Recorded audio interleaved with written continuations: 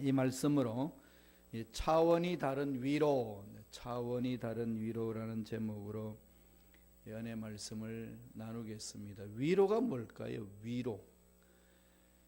사전을 찾아보면은 이 사전적 의미에서 위로라는 것은 따뜻한 말이나 행동으로 괴로움을 덜어주거나 슬픔을 달래주는 것, 이렇게 정의되어 있습니다.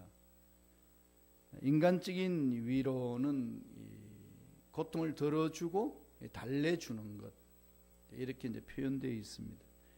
정말 인간 사회에서 이게 귀한 거죠. 위로는 이 고통을 겪고 있는 사람한테 말과 행동으로 이렇게 달래주고 그 괴로움을 덜어내는 것, 함께 짐을 져주고 소낙비를 함께 맞아주는 이런 상황이라고 이야기를 합니다. 그래서 서로 위로해 줘야 되고 서로 부둥켜 안고 세워줘야 됩니다. 이것은 우리가 꼭 필요한 거죠.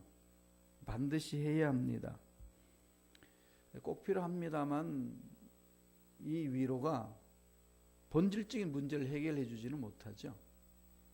울어주고 비 오면 비 맞으면 같이 맞아주고 아파하면 같이 아파하고 혼자가 아니라는 것을 품어줄 수는 있지만은 그가 가지고 있는 근본적인 문제를 우리가 해결시켜 줄 수는 없습니다. 인간의 위로는 한계가 있습니다. 그렇지만은 이 인간의 위로와 다른 차원의 또 위로가 있죠. 바로 하나님의 위로입니다. 하나님의 위로는 인간이 가지고 있는 차원과는 완전히 다른 거죠. 그 차원이 다르기 때문에 감히 우리 인간의 생각으로는 상상할 수 없는 그런 위로가 있습니다. 어떤 걸까요? 오늘 성경이 그것을 말해주고 있습니다. 우리에게 정말로 필요한 위로는 이런 위로죠. 물론 사람들과 함께 위로해줘 가는데 저 개인적으로 보면 전 사람들이 위로에 대해서 위로를 잘 못 받습니다. 이 사람마다 다 다르잖아요, 그죠? 막 말도 해주고 함께 해주고 막 위로받는데 저 같은 경우는 전혀 위로가 안 돼요. 전 본질적으로 문제가 해결되지 않으면은 전혀 위로가 되지 않습니다. 이 사람마다 약간의 차이가 있어요. 이게 이제 담즙질이고 또 이제 사람의 성격 검사하는 것 중에 ENTJ라고 있는데 그런 사람들 이런 본질적 문제 해결되지 않으면 위로받지 못하는 그런 상황이 있거든. 그럼에도 불구하고 사람들 속에서 위로함이 있어야 되는 거죠. 하나님 믿는 자녀들은 어떤 삶이 되어야 될까요? 근본적으로 하나님이 주시는 위로, 이게 필요한 거죠. 여기 집중해야 된다는 것을 가르쳐 줍니다. 오늘 본문 말씀이 그것을 우리 가르쳐 줘요. 이스라엘 백성들이 하나님 앞에 죄를 범해가지고 하나님 믿는 자녀들임에도 불구하고 하나님을 믿지 않는 이방 민족에게 맡깁니다. 그것도 70년이나 바벨론 포로로 끌려가게 하는 거죠.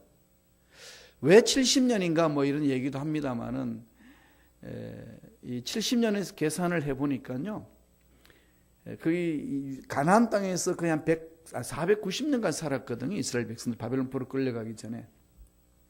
그 중에 안식년, 희년 이런 것을 다 계산하니까 70년이 나온다는 거죠. 이스라엘 백성들이 하나님 말씀 순종하지 않은 것에 대한 하나님 도로찾기, 그것을 바벨론 포로로 붙였다, 이렇게 해석하는 학자도 있습니다. 일리가 있는 거죠.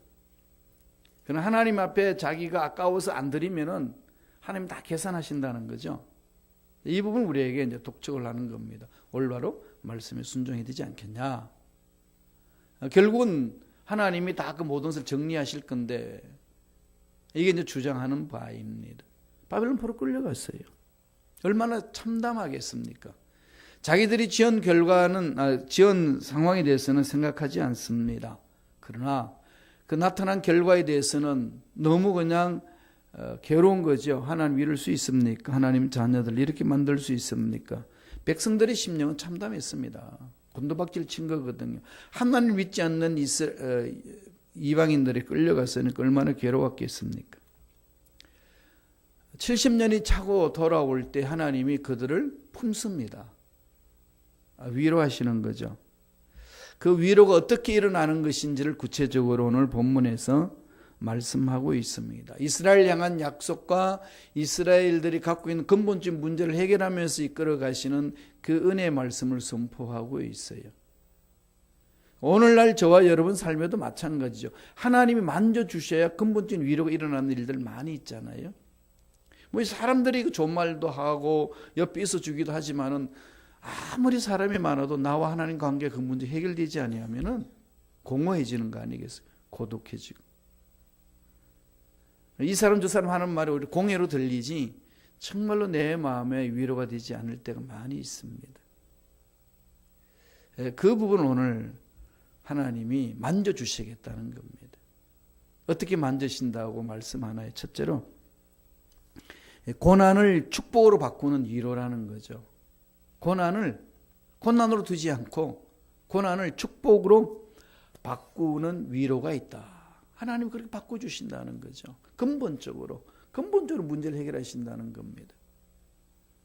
가정의 문제, 자녀의 문제, 교회의 문제, 앞날의 모든 그 문제를 하나님 만져주심으로 바꿔주시는 그 어마어마한 위로가 하나님의 손안에 있다는 거죠. 말씀을 볼까요? 이사야 51장 3절입니다. 다 같이 우리 천천한 목소리를 읽겠습니다. 나 야훼가 시온의 모든 황폐한 곳들을 위로하여 그 사막을 에덴 같게 그 광야를 야훼의 동산 같게 하였나니 그 가운데에 기뻐함과 즐거움과 감사함과 창화하는 소리가 있으리라. 이 어마어마한 것을 말씀하는 거죠. 시온의 모든 황폐한 곳, 예루살렘이 파괴된 그곳 하나님이 회복시키시겠다는 거죠. 끝났다고 하는 그것을 하나님은 다시 끝난 것이 아니라 새로운 희망이 있다고 선포를 해줍니다. 사막은 절망이잖아요. 물도 없고 길도 없습니다. 이런 곳에 하나님이 뭘 만드신다는 거죠? 에덴 같게 한다. 낙원으로 만들어 주신다. 광야를 야훼의 동산 같게 한다. 그러니까 그런 은혜가 임하면 뭐가 임한다는 거죠? 기뻐함과 즐거움과 감사함과 창화하는 소리가 넘쳐난다는 거죠. 하나님의 이루는 근본적으로 인간들이 당하는 어려움을 극복해 주시는 그 은혜를 말합니다. 예루살렘 약속하신 가나안 땅 그 수도, 그걸 이제 비유적으로요 2절에서는 이렇게 설명을 합니다. 아브라함과 사라의 예를 들어서 설명을 하거든요. 한번 보지요. 2절 다 같이 읽어볼까요? 너희의 조상 아브라함과 너희를 낳은 사라를 생각하여 보라. 아브라함이 혼자 있을 때에 내가 그를 부르고 그에게 복을 주어 창성하게 하였느니라. 지금 하나님께서 예루살렘을 회복시키고 황폐한 그곳을 하나님이 만져주심으로 해결해 주시겠다고 하면서 그 이전에 아브라함과 사라를 보라는 거죠. 혼자 있을 때에 그게 무슨 얘기입니까? 광야 같은 삶이잖아요. 사람이 하나님이 만져주신 은혜가 없으면 혼자 같고 외롭습니다. 고통스럽죠. 다른 사람들은 다 기뻐하고 즐거워하고 은혜 받았다고 그러지만은 내 속에 들어있는 이 문제가 해결되지 아니할 때는 참 그 은혜 속에 같이 동참하기가 쉽지 않습니다. 아브라함이 하나님이 약속 주신 그 놀라운 복이 있었다 할지라도 그걸 구체적으로 체험하지 못했을 때는 참 황당한 거죠, 삶이. 이미 그 이전에 우상 숭배를 하는 그 아버지 밑에서 유프라데 강 근처의 메소포타미아 그 지역에 살고 있는 아브라함 마음이 어떻겠어요? 공허한 거 아니겠어요? 답이 없습니다. 우리 하나님을 만나지 못할 때 상황을 된다는 거죠. 이런 상황에서 하나님 부르십니다. 그걸 불러주셨어요. 그런데 가면 갈수록 하나님 부르심에 합당한 삶이 되어야 되는데 예비에 약속하신 말씀대로 안 이루어집니다. 안 이루어지잖아요. 자식이 안 생기잖아요. 말씀은 들었고 복을 주신다고 약속해 주셨는데 따라왔는데 10년이 가도 없습니다. 그때에 찾아오는 마음은 뭐가 있죠? 공허함이에요. 그죠? 이 정도 되면요, 참 말씀도 잘 안 들어오고 하나님 앞에 매달려 부르짖는 것도 막 식어지고 이리 흔들리고 저리 흔들리거든요. 근데 그럴 때 표현을 뭐라고 그러죠? 홀로 있을 때. 하나님은 지켜보시는 거죠. 홀로 있을 때. 그런 걸 체험하시지 않나요? 예. 많은 사람이 모여 있는데도 혼자예요. 이런 느낌. 예. 내 속에 근본적인 그 문제가 하나님으로부터 만져지는 은혜가 없을 때 찾아오는 공허함입니다. 근데 그때 하나님이 다시 약속하시는 거죠. 약속의 아들이 너에게 있으리라. 사라가 그 얘기를 들으니까 너무 충격받았어요. 그래서 뒤에서 깔깔 웃었습니다. 말도 안 되는 소리 하지 말라. 하나님은 나를 웃기게 하시는 분이시다. 근데 웃기게 하시는 분으로 누가 태어나죠? 이삭이 태어납니다. 웃게 하시는 하나님. 하나님의 역사는 근본적인 문제를 해결해 주시는 분이라는 거죠. 그래서 저와 여러분들 하나님께 집중할 수 있습니다. 하나님의 위로가 임하면 그런 은혜가 임하는 거예요. 근본적인 문제를 해결하신다는 거. 어디서 와서 왜 살고 어디로 가야 되는지를 그걸 만날 때 아는 거죠. 가정의 문제도 자녀의 문제도 사업의 문제도 직장의 모든 문제도 하나님 만날 때 그 위로가 임함으로 근본적인 문제 해결됩니다. 교회 공동체 근본적인 문제도 그렇게 됩니다. 이런 것이 없으면 교회 공동체는 힘을 잃습니다. 사람들은 많이 모여 있는데 그게 하나님이 만져주시고 만나주신 은혜가 없을 때는 그냥 사람들의 조직의 힘에 이끌리지 하나님의 힘에 의해서 이끌려가는 게 아니라는 거죠. 그러면 세상인지 교회인지 구분하지 못합니다. 그래서 많은 사람들이 모여서 많은 일을 하는데도 일하고 나면 공허해지는 거죠. 하나님과 함께하는 일에는 공허함이 없습니다.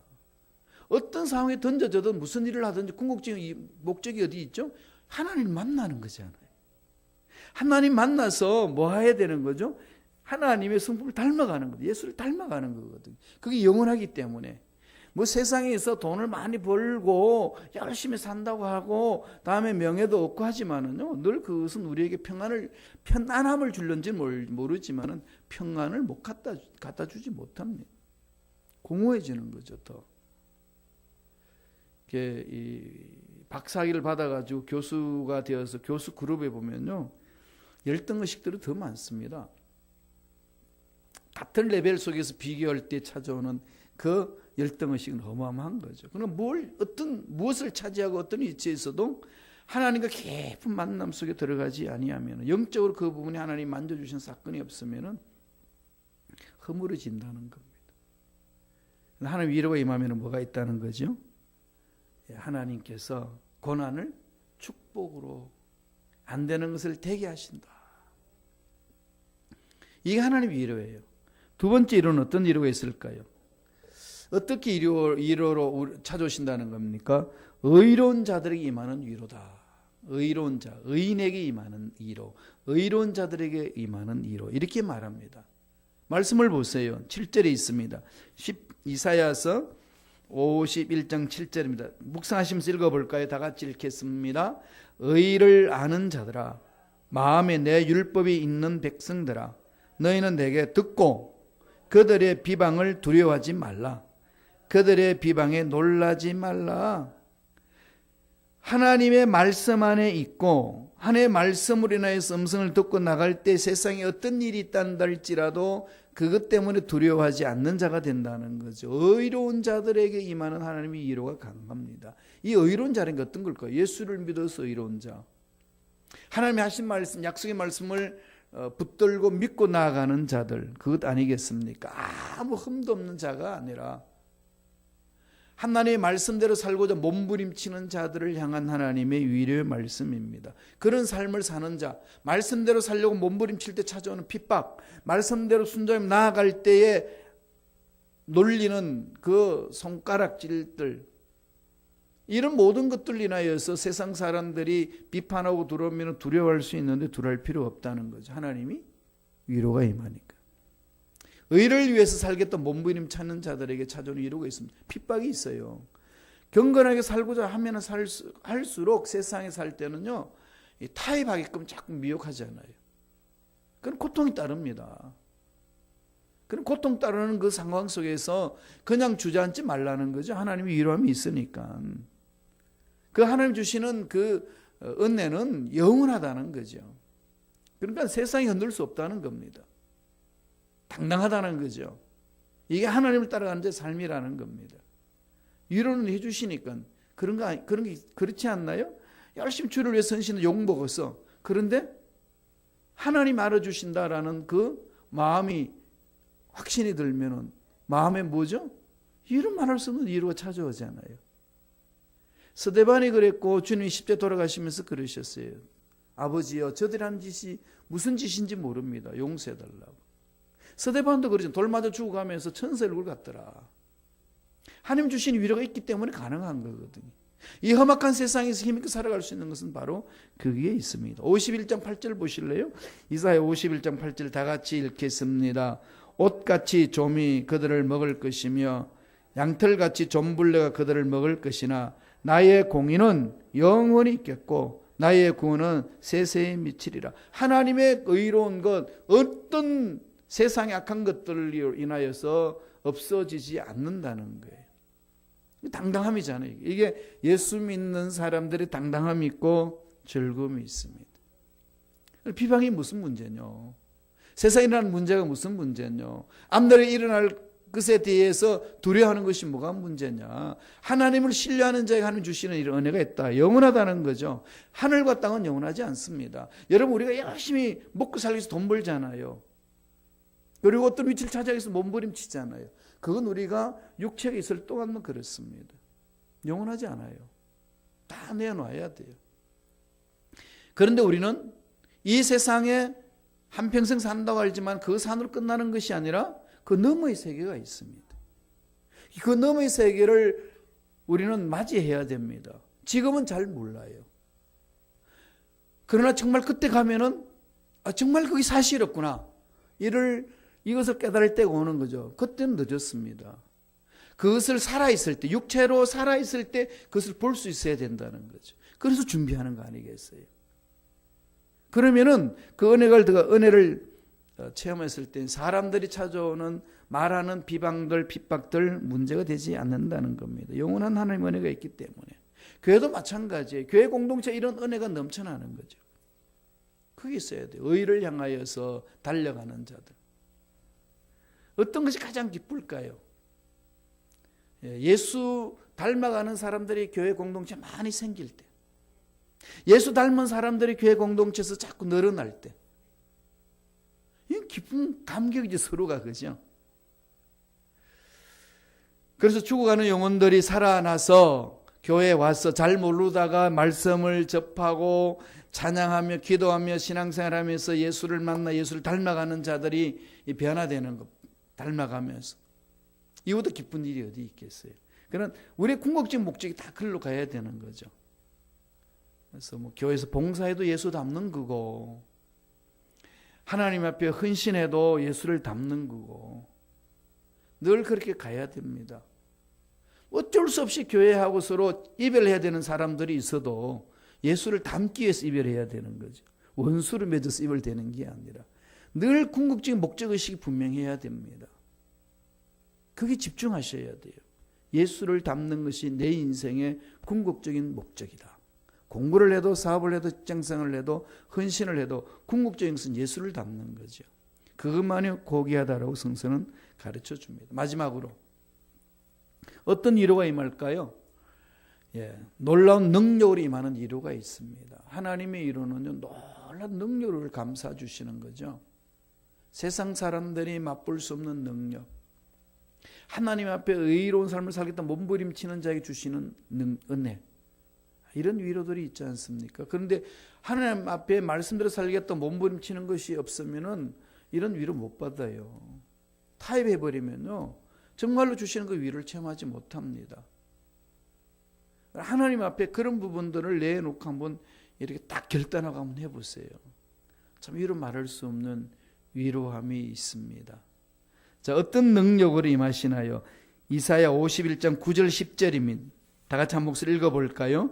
야훼의 팔이여 깨소서 깨소서 능력을 베푸소서 옛날 옛시대에 깨신 것 같이 하소서. 라합을 점이시고 용을 찌르신 이가 어찌 주가 아니시며 바다를 넓고 깊은 물을 말리시고 바다 깊은 곳에 길을 내어 구속받은 자들을 건너게 하신 이가 어찌 주가 아니시니까. 놀라운 것을 고백하는 거죠. 주여 임하소서. 그 은혜가 임하기를 원합니다. 이 라합을 점이시고 용을 찌르시는 것은 바다에 있는 괴물을 말하는 거예요. 사탄에 대한 상징적인 용어입니다. 이 사탄을 멸하셨던 주여. 그 은혜가 다시 임하기를 원합니다. 그리고 구체적으로 표현을 해나가죠. 넓고 깊은 물을 말리시고 깊은 바다 깊은 곳에 길을 내어서 홍해에 길을 내신 하나님. 이건 우리가 너무 많이 들어서 잘 압니다만 여러분 이 홍해 같은 문제를 만날 때 어떻게 반응하시나요? 제가 요사이 우리 교회 2025 프로젝트와 교회의 이 매매하는 모든 문제를 주 1년의 과정을 지켜보면서 가끔 이렇게 두려움이 생기긴 해요. 꼭 홍해 앞에 서 있다는 거. 야, 이스라엘 백성들이 이런 기분이었을 거다. 정말로 깜깜하면 안 보이잖아요. 그럼 바닷물이 그냥 꽉 차 있는데 갈 길이 없습니다. 사면초가거든요. 이랬을 때에 어떤 마음이었을까? 영적인 눈을 뜨면은 보이는 길이 있지요. 바다 깊은 속에 숨겨놓은 길. 그러니까 홍해를 물을 열어야만이 보이는 사람이 있고 홍해 물이 있는데도 그 속에 길이 있다고 볼 수 있는 눈을 가진 자들이 있습니다. 엘리야가 산에 올라가 가지고 간절히 기도하면서 하나님이 비가 온다고, 비가 오지 않는다고 3년 반을 예언하고 다시 비가 온다고 말씀을 듣고 기도하러 갔는데 그냥 구름 한 점 없습니다. 그럼 무슨 비가 오겠어요? 간절히 기도하는데 종을 보내서 보게 합니다. 야, 뭐가 보이냐? 없습니다. 또 기도합니다. 가봐라. 없습니다. 세 번째 가서 뭐가 보이냐? 예, 그게 구름 같은 건 없는데 손바닥만한 구름 같은 게 있습니다. 손바닥만한 구름을 보고 보통 사람은 비를 생각 못하는 거죠. 그냥 구름이 떠 있다. 그러나 엘리야는 저건 하나님 보내시는 비다. 영안에 밝혀지는 거죠. 여기 기적이 있는 거 아니겠어요? 홍해를 보면 그냥 바다예요. 그러나 하나님의 말씀을 듣면 홍해 바다 속에 숨겨놓은 길이 있는 거죠. 길을 열어놓고 보는 자가 아니라 그 속에 있는 걸 보는 거죠. 주님 뭐라고 그러시네 도마한테? 너는 만져보고 나를 믿겠냐?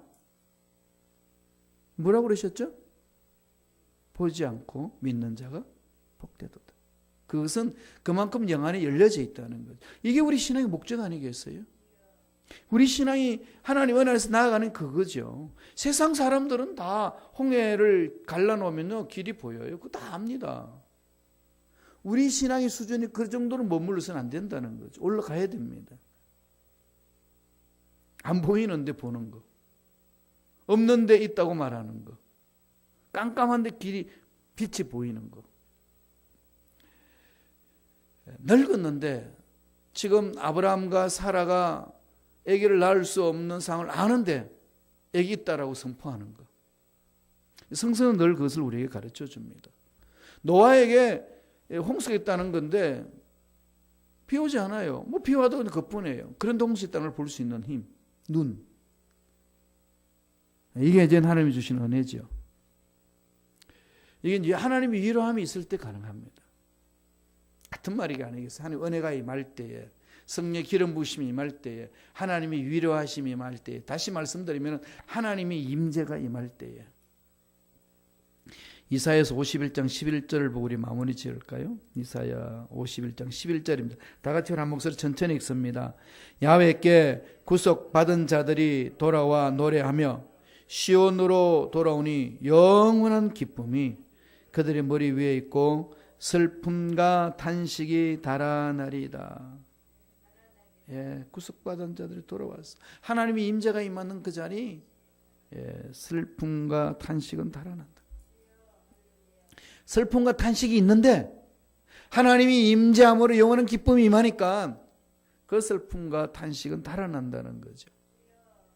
이게 하나님의 은혜를 체험한 자의 삶 아니겠습니까? 손에 잡히는 것이 없고 눈에 보이는 것이 없고 귀에 들리는 것이 없어도 하나님이 함께 하심으로 소리가 들리는 거죠. 막 보이는 거죠. 이게 성경에서 계속 강조하고 있습니다. 그럼 우리의 신앙의 성장 성숙은 그쪽으로 가야 되는 거죠. 그 순복음식학의 공동체 어디로 가야 될 것인가 이제 보이기 시작하는 거죠. 기도하는 자만이 볼 수 있습니다. 오늘 뭐라고 강조하시나요? 앞날이 기쁨이 있어서 슬픔과 탄식을 몰아내리라. 영원한 구원이 있고 영원한 영광이 있습니다. 그래서 저와 여러분들은 무슨 사람이죠?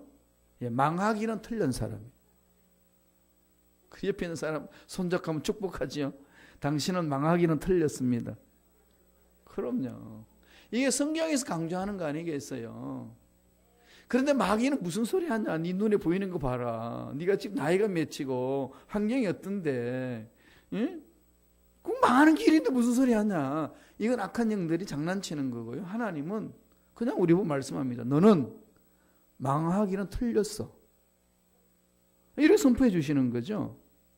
그래서 슬픔과 탄식을 몰아내는 겁니다. 이것을 우리가 체험하는 것이 하나님을 믿는 자들의 삶 아니겠습니까?